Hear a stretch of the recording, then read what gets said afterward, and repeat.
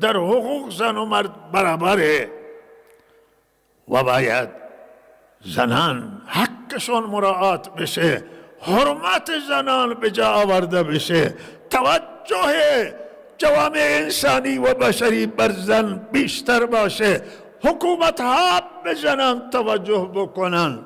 تعلیم زن از تعلیم مرد فرق نداره. علم برای زن همانطوره برای مرد لازمه، برای زن لازمه. علم روز، علوم دانشگاهی، علوم روز اصلیه و علوم شرعی و دینی همه برای زنان و مردان مساویان، فرق ندارن.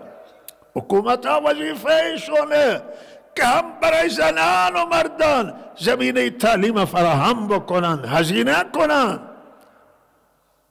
زمینه را فراهم بکنن.